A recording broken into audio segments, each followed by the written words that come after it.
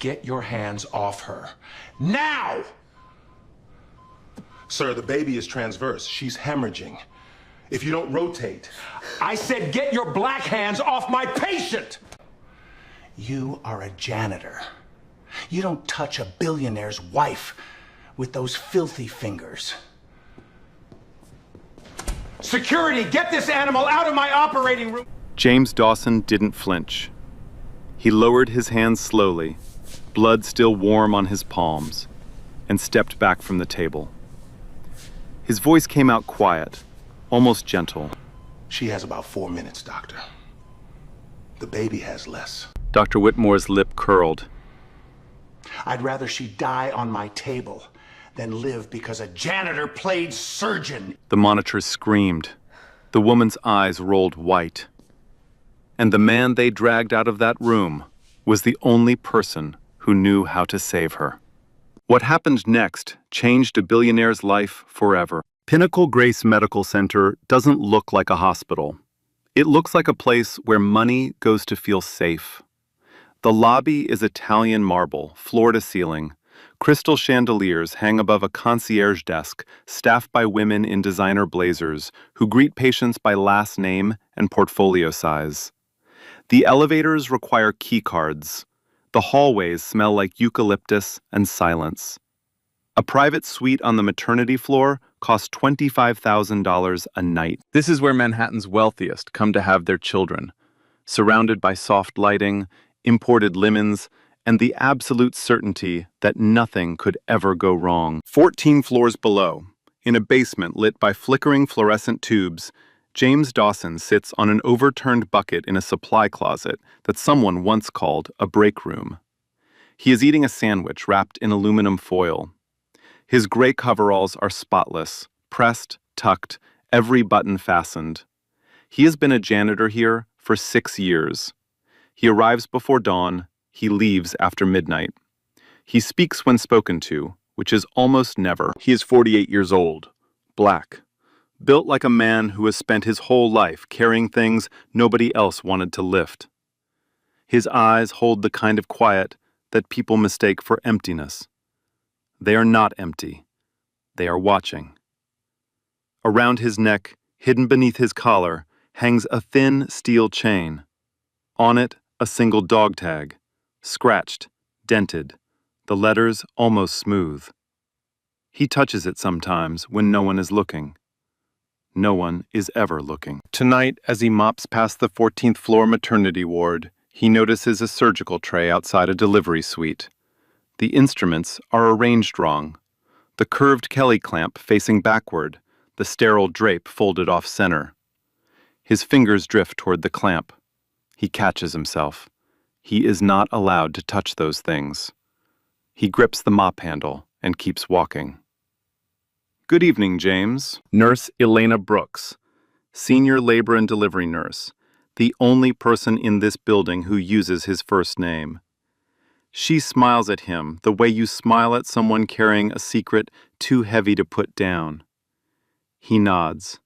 She walks on. He looks back at the surgical tray one more time.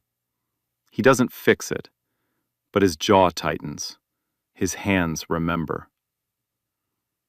Outside, rain hammers Manhattan. Thunder rolls like a warning nobody hears. At 9:47 p.m., a black armored SUV screeches to a halt at the private entrance. Nathan Cole, 41, founder of ArcLight Industries, net worth $18 billion, half carries his wife Caroline through the glass doors. Blood is running down her legs, pooling on the marble in dark, spreading circles. Nathan Cole controls rooms, markets, entire industries. Tonight, his hands are shaking. Somebody help her. Please, somebody help my wife. Caroline is 35, 8 months pregnant. Her face is white, her breathing shallow and rapid. She is guarding her left side, one arm pressed hard against her ribs, her body curling around the pain. Dr. Gerald Whitmore sweeps through the corridor like a man who has been waiting for a stage. Late 50s, silver hair, cashmere coat over pressed scrubs. He carries himself the way certain men do when they have confused authority with competence for so long they can no longer tell the difference. Whitmore recognizes the name Cole. His smile widens. He extends his hand to Nathan before he even glances at Caroline. "Mr. Cole, Gerald Whitmore, Chief of Obstetrics, you're in the finest hands in New York." He shakes the billionaire's hand for 3 full seconds. Caroline is bleeding on the floor behind him. Down the hall, James Dawson stands in the shadow of a supply alcove, mop in hand, invisible. He watches Caroline's breathing, the short gasps, the left side guarding, the eyes losing focus. His hand drifts to the dog tag under his collar. He grips it hard enough to feel the edges bite into his palm. He has seen this before. Not here. Somewhere with dust instead of marble, and screaming instead of silence.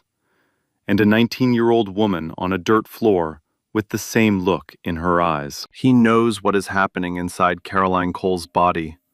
He knows how it ends if no one acts. He lets go of the dog tag, picks up his mop, walks back to the basement. But his hands won't stop shaking. On the 14th floor, Caroline Cole is dying faster than anyone expected. Dr. Whitmore orders an ultrasound.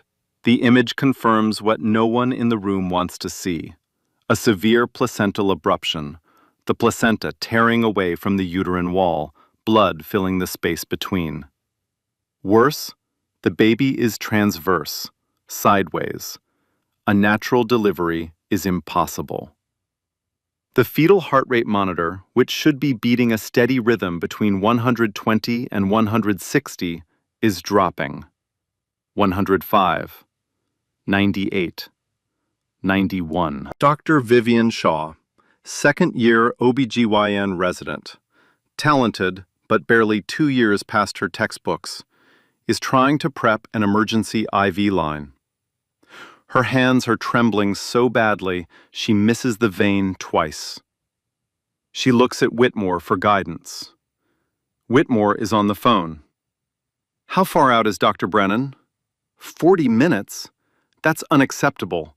Call his driver. Call a helicopter. I don't care." He hangs up. The attending anesthesiologist is stuck in crosstown traffic. The backup surgeon is 40 minutes away. Whitmore stares at the ultrasound screen with the expression of a man watching his reputation bleed out on a table. He hasn't performed an emergency C-section in over 3 years. He delegates those now.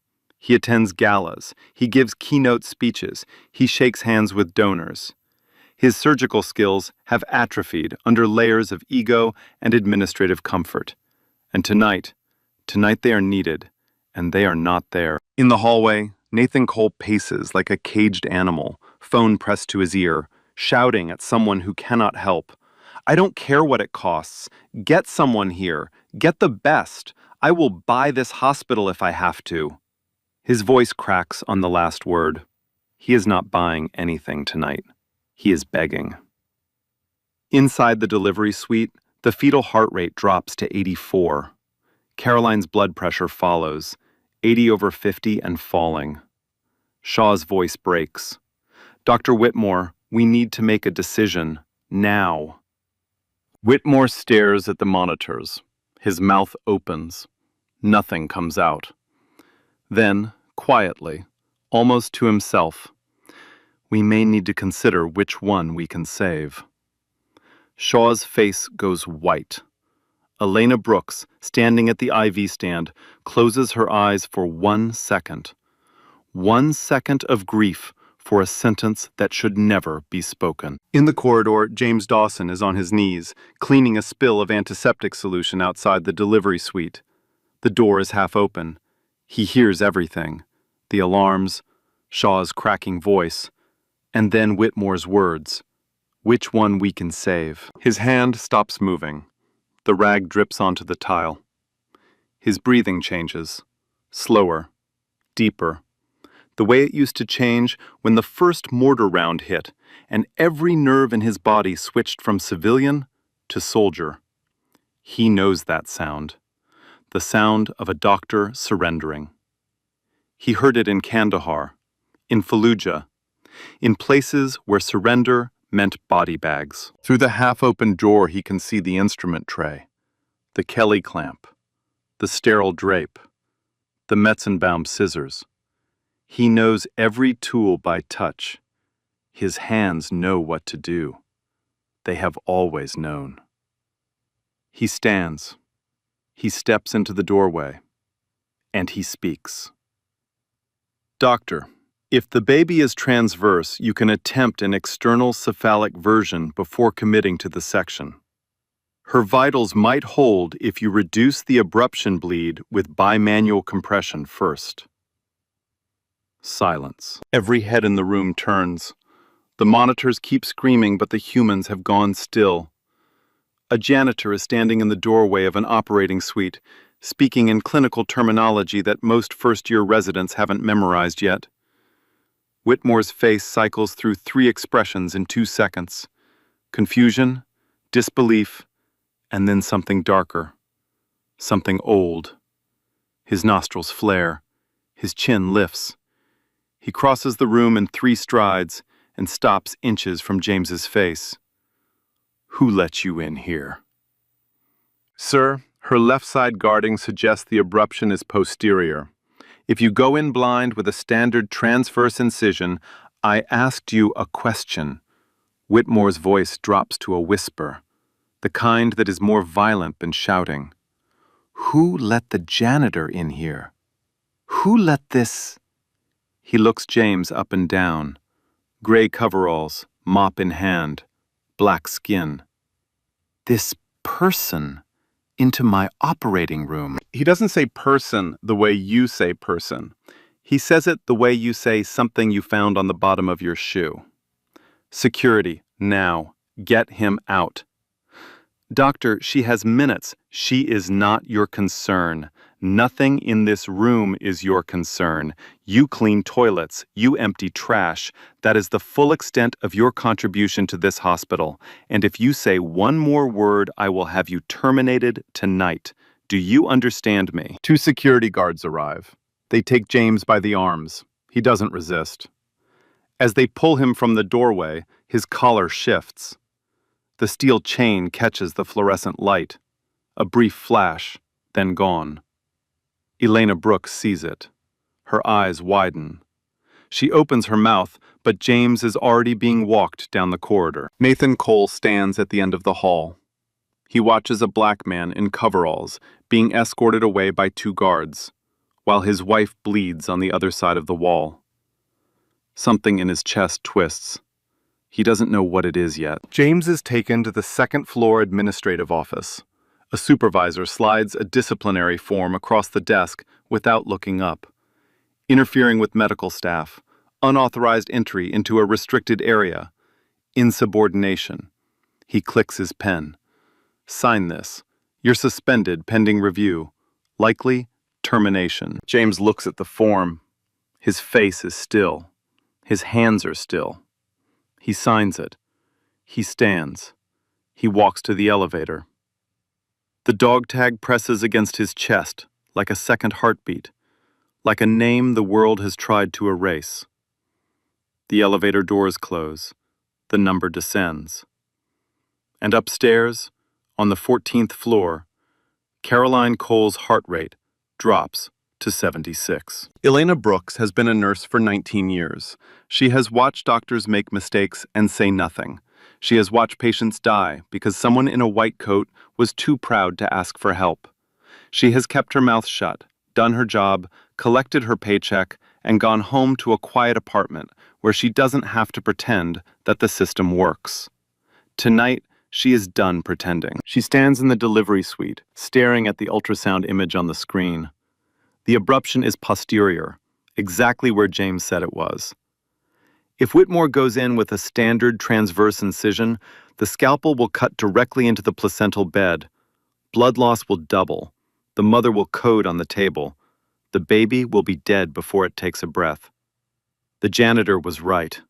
The chief of obstetrics is about to make a fatal mistake, and no one in this room has the courage to say it. Dr. Shaw stands at the bedside, her gloved hands motionless, her face gray. She is 29 years old, and she is watching a woman die in real time. And she knows that the man they just dragged out of this room had the answer. She looks at Elena. Her lips move, but no sound comes out. Elena doesn't need to hear the words. She turns and walks out of the delivery suite. She takes the stairs. Not the elevator, the stairs. 2 at a time. Her sneakers slapping the concrete in the stairwell. Her breath sharp in her throat. She pushes through the basement door and finds him exactly where she knew he would be. James Dawson is sitting on the overturned bucket, not eating, not moving, just sitting with his hands on his knees, staring at the cinder block wall like a man who has been staring at walls for a very long time. The disciplinary form is crumpled in the trash can beside him. "You were right," Elena says from the doorway. She is breathing hard. "The abruption is posterior. How did you know?" James doesn't look up. His thumbs press into his kneecaps. His jaw is set. "James." She steps closer. Her voice drops. "There is a woman upstairs who is going to die. Her baby is going to die. Whitmore can't handle this, and the backup is still 25 minutes out. She doesn't have 25 minutes. She doesn't have 10. Silence. The fluorescent tube above them buzzes and flickers. Somewhere in the basement, a pipe groans. "I got suspended, Elena. They're going to fire me." "I know. I touched nothing. I entered nothing. I stood in a doorway and I spoke. And they dragged me out like I was a threat." "I know, James. Because I'm the janitor. Because I'm black. Because men like Whitmore don't hear words when they come from someone who looks like me. They hear noise." Elena says nothing. She lets the silence hold his words. Then she speaks, and her voice is steady. "You're right. All of it. And I can't fix that tonight. But I can tell you that the woman on that table has about 6 minutes before her baby's heart stops, and you are the only person in this building who knows what to do. So you can sit on this bucket and be right about everything that is wrong with this world, or you can come upstairs and save 2 lives. I can't make you, but I'm asking." James is still. His hand moves to his collar. He pulls the chain free. The dog tag drops into his palm. Dawson, J. SSG 68W. The faint outline of the combat medical badge catches the fluorescent light. Elena sees it. Her breath catches. 68 whiskey. You're a combat medic. I was a combat medic. Now I'm a janitor who got suspended for opening his mouth. How many deliveries? James closes his eyes. When he speaks, his voice is flat, factual, the voice of a man reading coordinates off a map. 214. 63 emergency field deliveries. No surgical suite. No anesthesia. No backup. 31 complicated presentations. 12 abruptions. He opens his eyes. Every mother survived. Every baby survived. Elena extends her hand. "Come with me, now." James looks at her hand. He looks at the crumpled form in the trash. He looks at the dog tag in his palm. Then he stands, tucks the tag back under his collar, straightens his coveralls, and walks toward the stairwell. He doesn't take the elevator. He takes the stairs, the same stairs Elena ran down. He climbs them slowly, steadily, the way a soldier walks toward a sound that everyone else is running from. Floor 3, floor 6, floor 10, floor 14. He pushes the door open. The corridor is chaos. Nurses running, a crash cart being wheeled past, Nathan Cole's voice echoing off the walls. James walks through it all without breaking stride. Calm, measured, eyes forward. His hand finds the dog tag through the fabric of his coveralls. He grips it once. Then he lets go. He has made his decision. And what happens next will change everything. James Dawson walks into the delivery suite the way a man walks into a room he has entered 1,000 times before. Not with arrogance, not with hesitation, but with the settled certainty of someone who knows exactly what he is about to do, and exactly what it will cost him. The room is worse than he expected. Caroline Cole is barely conscious. Her skin is the color of wet paper. The monitors are screaming. Fetal heart rate 78 and falling. Maternal blood pressure 75/45.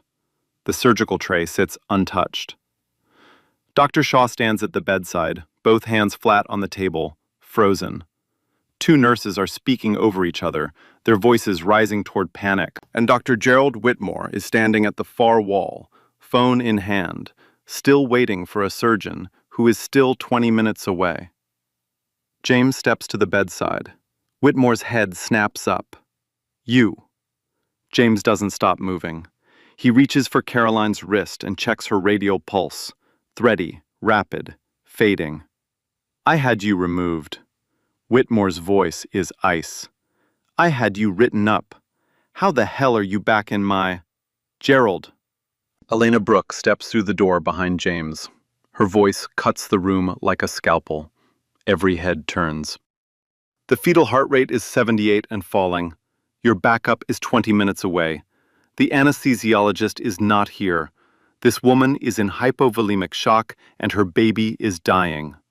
She points at James. This man is a decorated United States Army combat medic, staff sergeant, 14 years of service, 3 tours in Afghanistan, 1 in Iraq. Over 200 field deliveries, including a dozen abruptions, with a 100% survival rate. You can throw him out again, or you can let him help.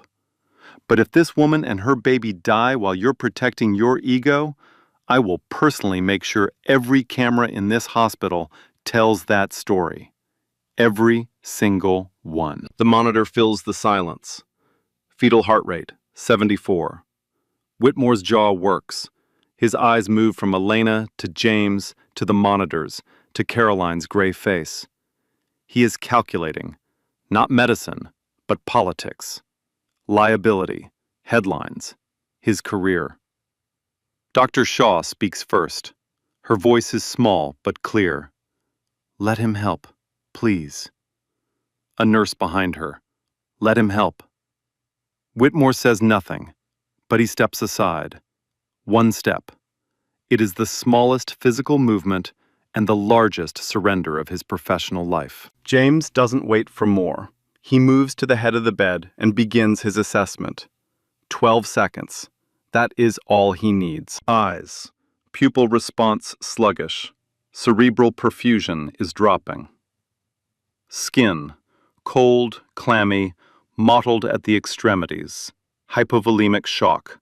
Class 3, maybe Class 4. Abdomen. Rigid on the left, soft on the right. Posterior abruption with active hemorrhage. Exactly as he diagnosed from the doorway 20 minutes ago.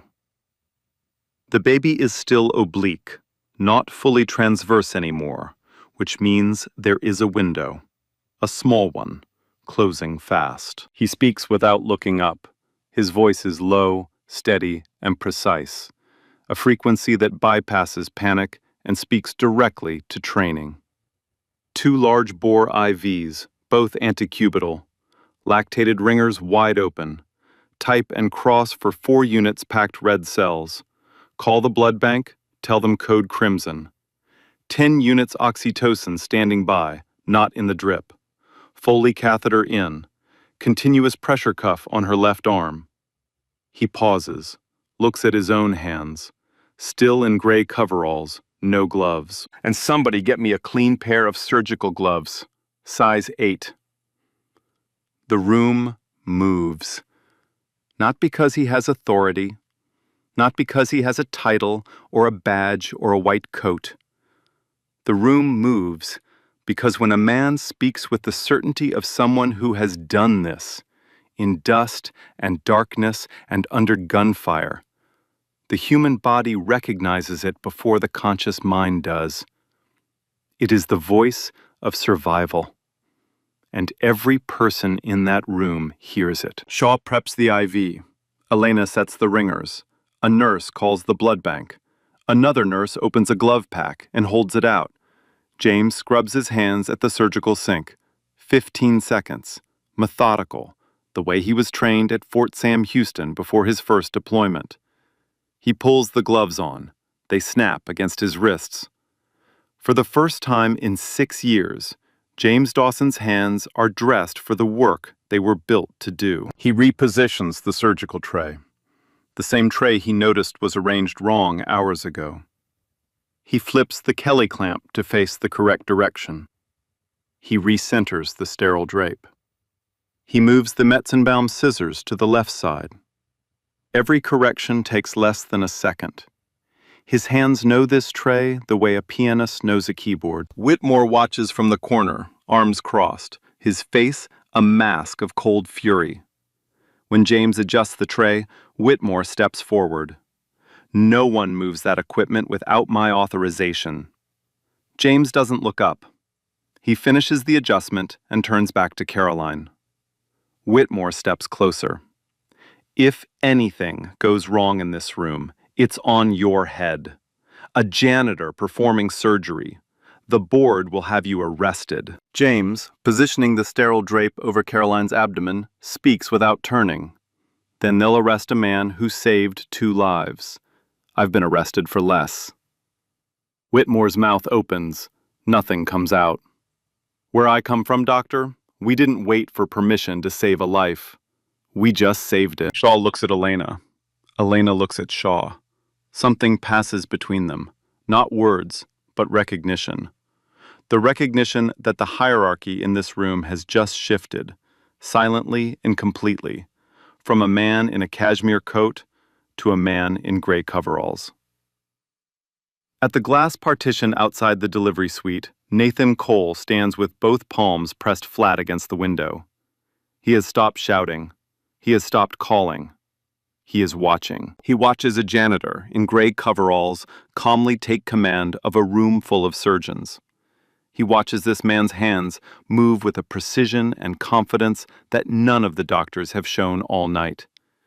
He watches the monitors, the numbers that have been falling all evening, begin to stabilize under the touch of a man the hospital just tried to fire. Nathan Cole built an $18 billion empire by reading people.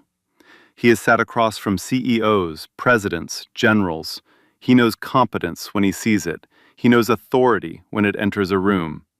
And he knows, with the absolute clarity of a man watching his wife and daughter being pulled from the edge of death, that the man in the gray coveralls is the most qualified person in this building. His phone rings. His CFO. He declines the call. His eyes never leave James Dawson's hands. James leans over Caroline's abdomen to begin the external cephalic version. Both hands placed flat against her belly, fingers spread wide, feeling for the baby's spine, the head, the shoulders. It is a technique that requires equal parts knowledge and touch, the kind of skill that cannot be taught in a lecture hall. It can only be learned by doing it, again and again, in places where failure means a body bag. As he leans forward, the chain around his neck slips free from his collar. The dog tag swings into the surgical light. It catches the glow and holds it. A small rectangle of dull metal, spinning slowly, casting a tiny, moving shadow across Caroline's skin. Dr. Shaw sees it first. She is standing at James's right side, holding a retractor, and the tag swings directly into her line of sight. She reads it without meaning to, the way you read a sign that appears in front of your face. Dawson J. SSG 68W. Below the text, scratched but visible, the faint outline of a cross inside a wreath. The combat medical badge. Shaw's hands stop moving. She looks up at James. His eyes are on Caroline's abdomen, his fingers tracking the baby's position. with a concentration so total that the tag might as well not exist. "Staff Sergeant Dawson," Shaw whispers. 68W. "You're not just a medic. You were a senior line medic." James doesn't look up. His hands keep working, gentle, precise, rotating the baby millimeter by millimeter. Was, past tense. Shaw stares at the tag. Then she looks at Elena, who is standing at the IV pole. Elena meets her eyes and nods once. It is time. Elena speaks. She does not whisper. She speaks clearly, deliberately, loud enough for every person in the room to hear, including Whitmore, who stands in the corner with his arms folded and his jaw clenched. James Dawson served 14 years in the United States Army, 3 combat tours in Afghanistan, 1 in Iraq. He was attached to a forward surgical team operating in some of the most dangerous territory on Earth. James's hands keep moving. He does not react. He has heard his own story before. It has never helped him. He performed hundreds of emergency procedures in the field, neonatal resuscitations, complex deliveries under mortar fire, field amputations with no anesthesia and no surgical suite. He delivered babies in bombed-out clinics, in mud-walled compounds, in the back of armored vehicles while taking fire. The room is silent, except for the monitors and Elena's voice. He was nominated for the Silver Star after a compound ambush in Helmand Province. 19 wounded soldiers, 1 pregnant Afghan woman in active labor with a breech presentation. He treated every soldier and delivered that baby, alive, in a 90-minute window while his position was under continuous enemy fire. Shaw's mouth is open. A nurse at the far counter has stopped moving entirely, a syringe frozen in her hand. He came home. Elena's voice changes here, not louder, but harder, the way a voice hardens when it is holding back something that wants to break. The VA lost his service medical records. He applied to 14 hospitals for a position as a surgical technician. Every one rejected him. They told him his field experience did not meet institutional standards. 14 hospitals, 214 deliveries, 100% survival rate, and not one of them would let him touch a patient. She pauses. The monitors beep. Caroline's blood pressure reads 72/44. He became a janitor at Pinnacle Grace 6 years ago because it was the only job this hospital would give a black veteran with no civilian degree. He took it. He never complained. He never stopped watching. He never stopped learning. And he never, not for one single day, stopped being the healer he was trained to be. Elena stops speaking. The silence that follows is not empty. It is full. Full of the weight of what was just said, pressing against the walls, pressing against the chest of every person in the room. Dr. Shaw looks at James with new eyes. The nurse with the frozen syringe sets it down gently, as though she is suddenly afraid of making noise. And Whitmore, Dr. Gerald Whitmore, Chief of Obstetrics, the man who called security on a combat medic because he saw a black janitor instead of a soldier, has gone completely still. His arms have dropped to his sides. His face holds an expression he has never worn in this hospital. The expression of a man who has just understood, too late, exactly how wrong he has been. He does not speak. For the first time in his career, Gerald Whitmore has nothing to say. At the glass partition, Nathan Cole has heard every word. His hands are pressed against the window so hard that his fingertips have gone white. His eyes are wet. Not from fear, not anymore. From the weight of understanding what this country did to this man. And from the unbearable clarity of knowing that the person saving his wife and daughter is someone the world threw away.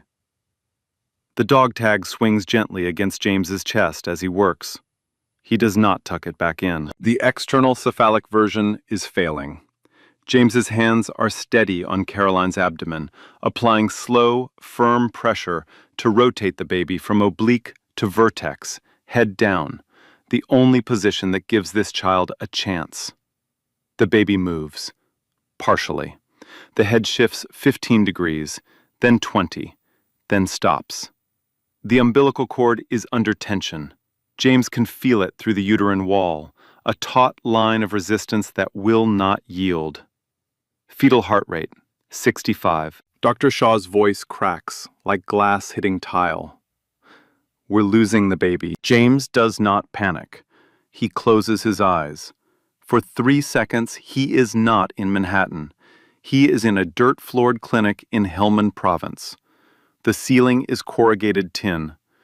Dust is falling in thin streams because the mortar rounds are hitting close enough to shake the walls. A 19-year-old Afghan woman is screaming beneath him, her hands gripping a wooden beam, her body rigid with terror. The baby is stuck, oblique, cord-wrapped, refusing to turn. There is no surgeon. There is no ultrasound. There is no backup. There is only him and his hands and the sound of a woman begging in a language he doesn't speak but understands completely. He saved them both. He opens his eyes. "We're not doing a standard section," James says. His voice is calm, absolute. "Classical vertical incision, higher on the fundus.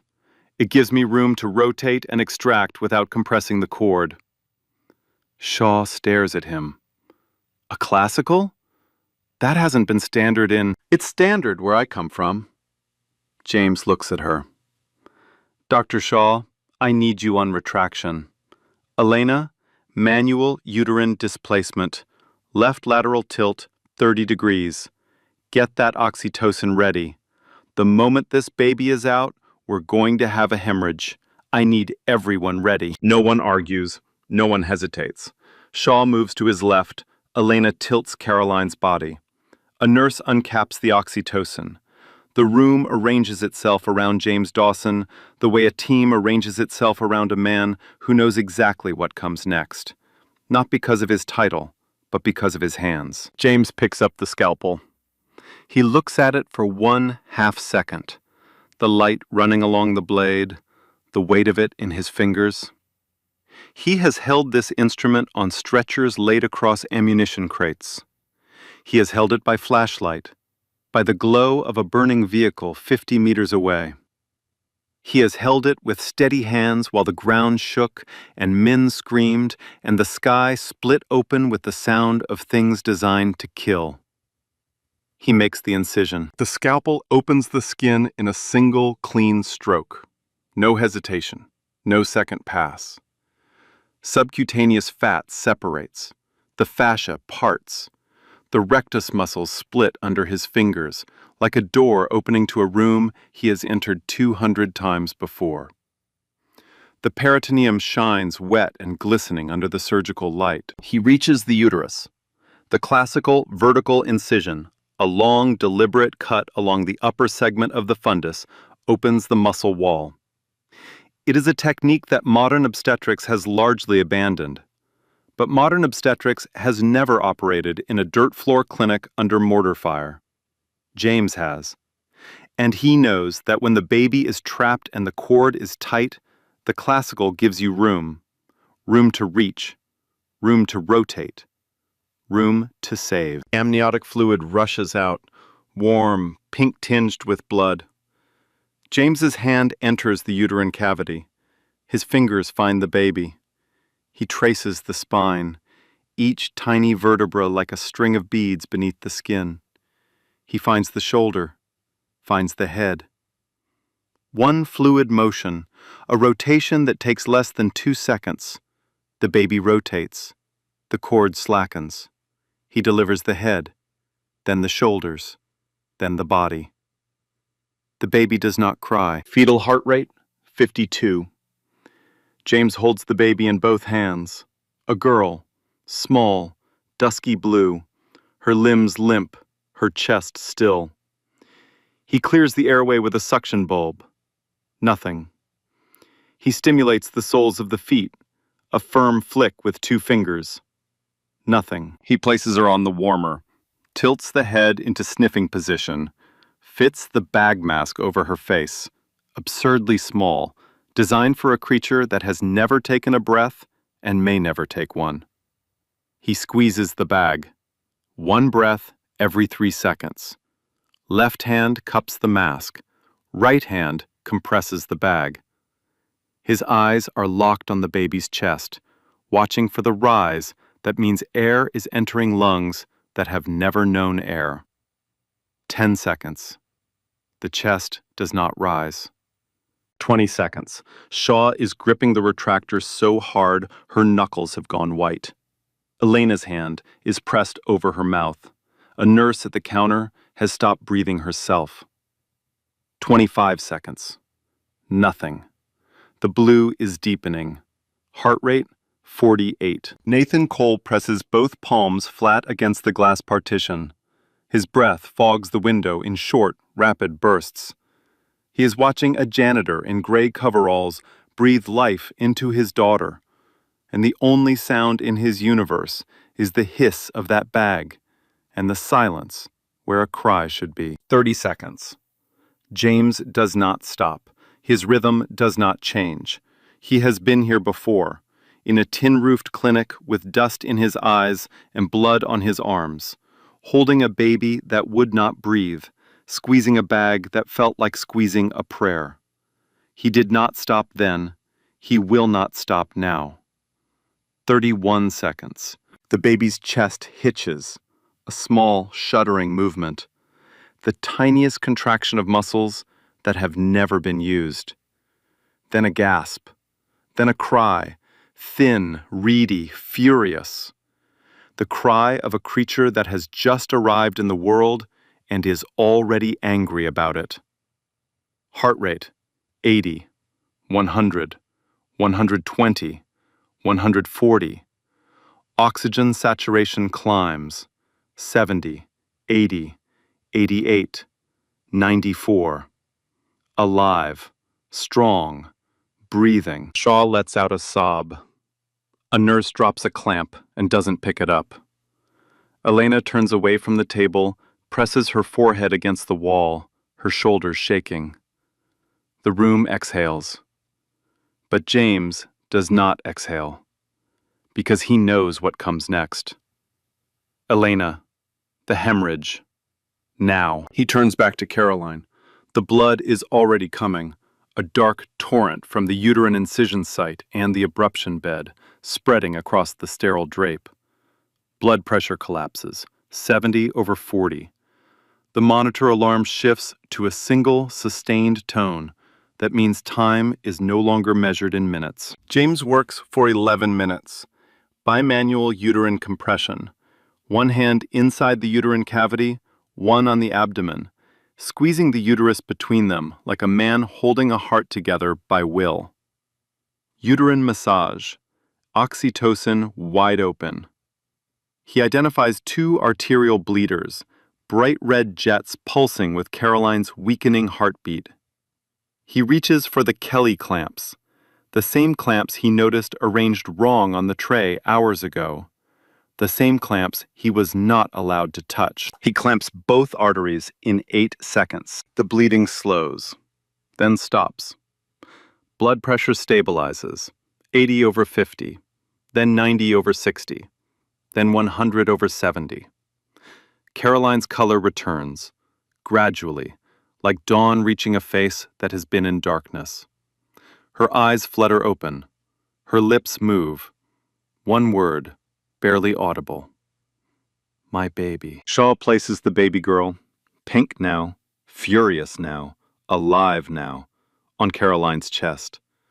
The tiny hand wraps around her mother's finger. Caroline weeps. The sound is quiet and broken, and more beautiful than anything anyone in that room has ever heard. Nathan Cole enters the delivery suite. He sees his wife. He sees his daughter. He sees them breathing together, chest to chest, alive. His legs give out. He drops to his knees on the tile floor and presses his forehead against the bed rail.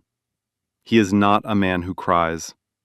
He is crying now. Then he looks up at James Dawson. Gray coveralls soaked in blood, dog tag hanging free over his chest, surgical gloves still on. The janitor, the combat medic, the man who saved his entire world in a room full of people who tried to throw him out. Nathan reaches for James's hand. James takes it. Nathan's grip is desperate, the grip of a man holding on to the person who pulled him from the edge. He tries to speak, cannot.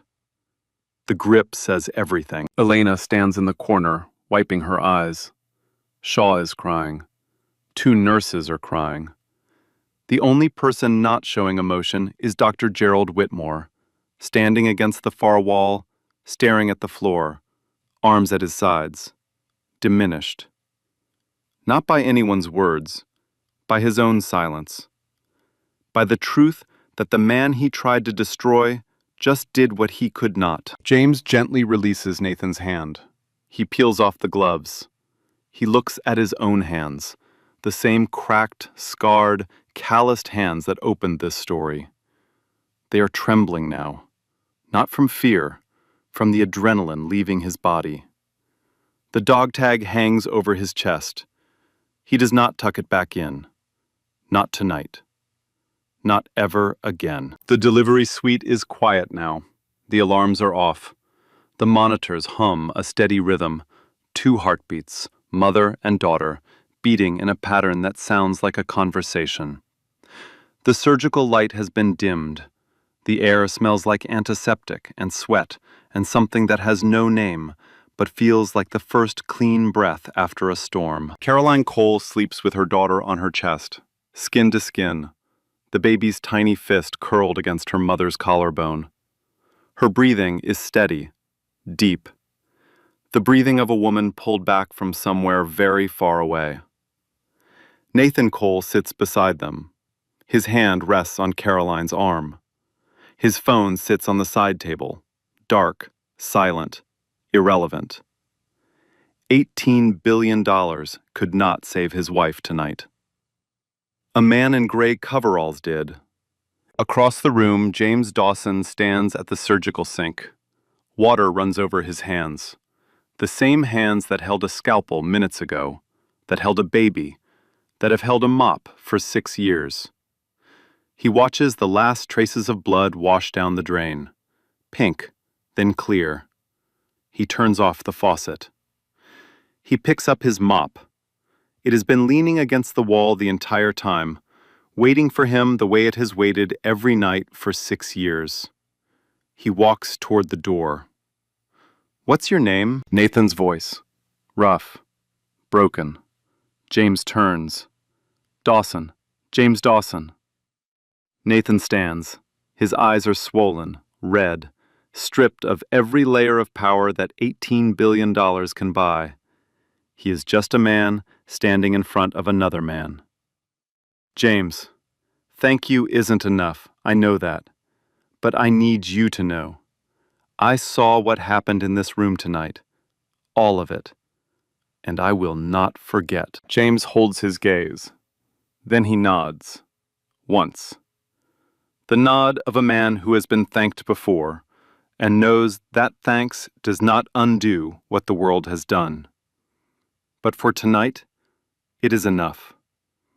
He walks out carrying his mop, the dog tag swinging free over blood-stained coveralls.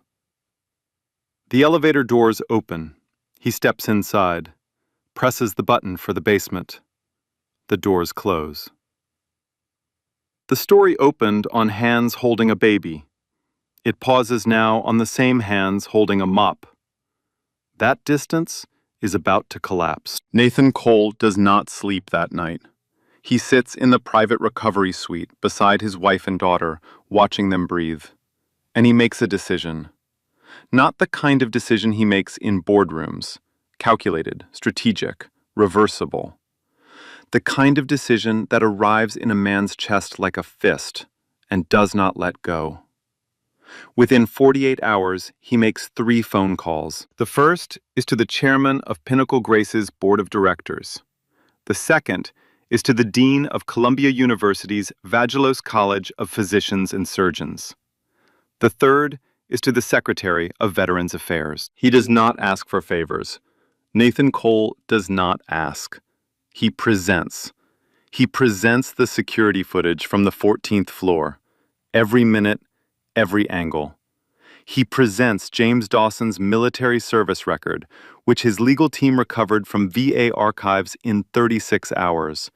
14 years of service, 3 combat tours, 214 field deliveries, a nomination for the Silver Star.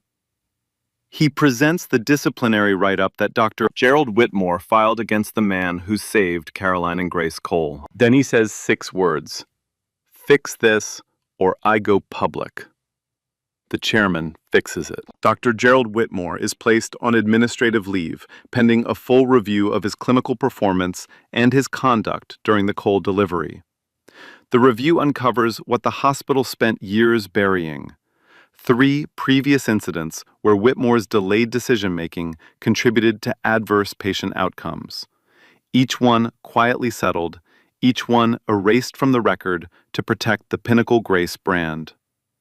The board terminates his privileges. His corner office is cleared in a single afternoon. His cashmere coat hangs in a closet that no one opens. He does not give a press conference. He does not write a statement. He disappears, the way powerful men disappear when the power is gone. Quietly, completely, as though they never existed at all. James Dawson's military medical credentials are formally recognized through an expedited review initiated by the Department of Veterans Affairs, the same department that lost his records, the same system that told him his battlefield experience did not count. He is offered a full scholarship to complete his civilian medical certification at Columbia, funded entirely by the Cole Foundation, a new philanthropic arm that Nathan creates specifically to support veterans whose medical training was never honored by the institutions that should have honored it first. James does not accept immediately. He sits in his apartment in the Bronx, small, clean, sparse, the apartment of a man who has learned to need very little, holding the dog tag in one hand and the acceptance letter in the other. He stares at both for a long time. Then he picks up a pen. He signs it. On his last day at Pinnacle Grace, he walks the basement corridor one final time. His mop stands in the supply closet, clean and dry. He looks at it the way you look at something that carried you through a season you never want to repeat, but will never forget. He does not touch it. Elena Brooks meets him at the elevator. She is holding a small box. Inside is a stethoscope. New, polished, engraved along the bell in small, precise letters. For the healer who never stopped. E.B. James holds it in his hands. Then he places it around his neck. It hangs beside the dog tag, the old life and the new life, resting side by side against his chest. 6 months later, Nathan and Caroline Cole hold a private christening. They name their daughter Grace, not after the hospital, but after the grace of the man who gave her life. James stands at the back of the church, wearing a pressed shirt and a quiet smile. Caroline sees him. She walks over, places baby Grace in his arms, and says, she should know the first hands that held her. James holds the baby. His hands, calloused, scarred, extraordinary, are perfectly still. The baby sleeps. The dog tag rests against her blanket. This is not a story about a janitor who could do surgery. This is a story about what we lose when we judge people by their uniforms instead of their hands. About institutions that reward titles over talent, pedigree over performance, appearance over ability.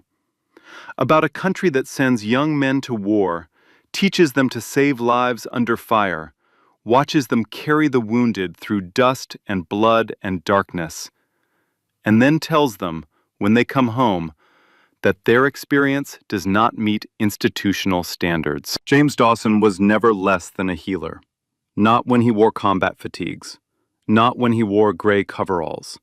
Not when a man in a cashmere coat looked at his black skin and saw nothing worth listening to. The world did not make James Dawson small. The world simply refused to see how large he had always been. Until one night, on the 14th floor, the world had no choice. Real authority is not given by a badge or a title. It is not printed on a diploma or stitched onto a coat. It is earned in the moments when everything is falling apart and you are the one person who holds steady. Competence does not need permission. Courage does not need a credential. And the measure of a person is never what they wear. It is what they do when no one believes they can. There are James Dawsons everywhere. In hospitals, in warehouses, in classrooms and kitchens and loading docks. Extraordinary people whose talent is invisible because the world refuses to look past the color of their skin, the title on their badge, or the clothes on their back. They are waiting, quietly, patiently, for the moment when their gift cannot be ignored. And when that moment comes, it does not just save one life, it changes everything. If this story moved you, if it made you think about someone you know who carries a hidden gift the world refuses to see, share it. Send it to someone who needs to hear it today. Stories like this are how we remind each other that compassion, dignity, and recognition are not luxuries. They are the bare minimum we owe each other. Like this video, share it, subscribe to this channel, because stories like James Dawson's should never go untold. Hashtag Justice for James Dawson. Hashtag Hidden Talent. Hashtag Underdog Story. 214 deliveries, 100% survival rate, and for 6 years, the only thing this man was allowed to hold in that hospital was a mop. But here's what gets me about James Dawson. 14 hospitals told him his experience didn't count, not because he couldn't do the job, because he didn't have the right paper on the wall. And when he walked into that delivery suite, Whitmore didn't see a medic with 240 saves. He saw gray coveralls and black skin. That's it. But those hands didn't need anyone's permission. They never did. And I think about how many people are working around right now, carrying something extraordinary inside them, and the world just won't look. Maybe it's you. Maybe you have been told your experience doesn't count, your skills don't qualify, you don't fit the profile. So, tell me something. Have you ever been the most capable person in the room and the last one anyone listened to? Drop your story in the comments. I want to hear it. If this one hit you, smash that like and share it with someone who's been overlooked. Subscribe if you are new. And remember, competence doesn't need permission, and courage has never needed a credential.